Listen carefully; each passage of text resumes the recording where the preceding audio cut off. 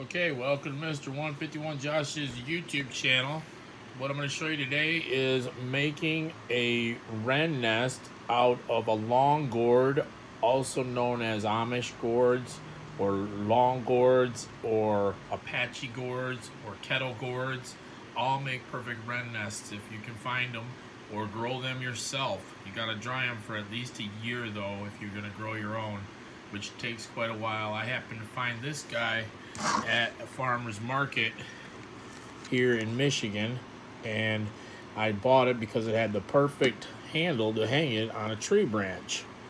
But what you're going to want to do is take your long gourd after it's dried out. You can hear the seeds. Hear that?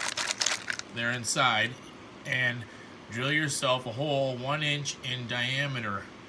You want to do it just about 3/4 of the way from the bottom of the gourd. So I'm gonna put this one right about here, and then that leaves a lot of area for nesting and whatever, because there's a lot of fibers and seeds inside the gourd that the bird can nest with. And it's also said to be good luck for the birds to have a little food underneath the nest, and not that they're probably not going to eat them, I don't know, but still they say it's good luck. So anyway, I'm going to take the drill. I'm going to go ahead and put a hole in this thing right now. We'll see what happens. Hopefully this all works good and doesn't ruin the gourd.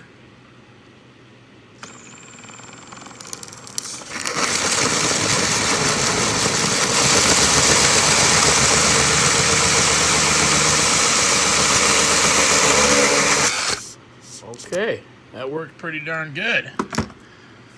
There we go. You can see down in there a little bit. Now, I'm not going to clean any of this stuff out. I'm going to leave that for the birds to make nesting material. And I'm going to go ahead and I'm going to hang this on a tree. And I believe, oops, excuse me, I dropped it. I think that the wrens are going to love this little gourd for a nest.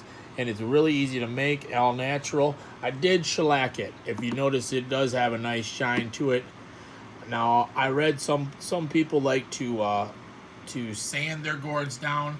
Personally, I like the natural finish on it like that. I think it looks a lot cooler than sanding it all down to just one color.